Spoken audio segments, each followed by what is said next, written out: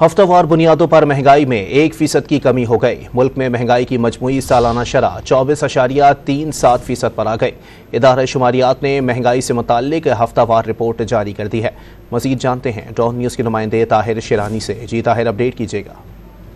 جی، ہفتہ وار بنیادوں پر جو مہنگائی کی شرح ہے وہ تقریباً 2 سال کی کم سطح پر آ گئی ہے۔ جون 2022 کے بعد جو ہفتہ وار مہنگائی ہے وہ اس وقت کم ترین سطح پر ہے۔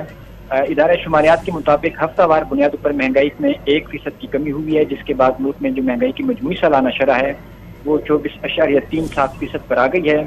اس کی بنیادی وجہ یہ ہے کہ جو ڈیزل، پیٹرول، LPG کی قیمتوں میں کمی ہوئی ہے اور اس کے ساتھ ساتھ جو سبزیاں مختلف ان کی قیمتوں میں بھی کمی ہوئی ہے، جس کے بعد جو مہنگائی ہے اس کی شرح میں کمی ہوئی ہے۔ ادارہ شماریات کے مطابق ایک ہفتے میں 15 اشیاء مہنگی، 18 اشیاء سستی اور 13 اشیاء ضروریہ کی قیمتوں میں استحکام رہا۔ رپورٹ کے مطابق ایک ہفتے میں ٹماٹر 22.05%، چکن 8.03%، پیاز 7.71%، جبکہ آٹے کی قیمت میں 6.88% کمی ہوئی ہے۔ پیٹرول، ڈیزل اور LPG کی قیمتوں میں بھی حالیہ ہفتے کے دوران کمی ریکارڈ کی گئی ہے۔